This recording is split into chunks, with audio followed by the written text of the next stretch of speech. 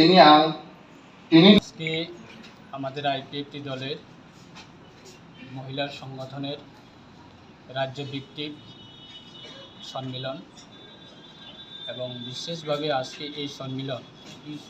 অত্যন্ত গুরুত্বপূর্ণ আমাদের আইপিএফটি দলের, কারণ বিগত দিনে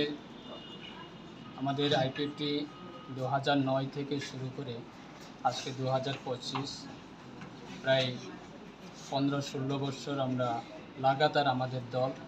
সারা রাজ্যে জনজাতিদের দাবিগুলি নিয়ে আন্দোলনে সামিল হয়েছিল এবং আমাদের স্বর্গীয় এনসি দেববর্মার নেতৃত্বে এই আইপিএফটি দল এস্টাবলিশ হয়েছিল। এবং আইপিএফটি দল বিগত সময়ে সারা রাজ্যে যে আন্দোলন করেছে, সেই আন্দোলনে আমাদের মহিলা সংগঠন আইডব্লিউএফটি তাদের অত্যন্ত গুরুত্বপূর্ণ ছিল।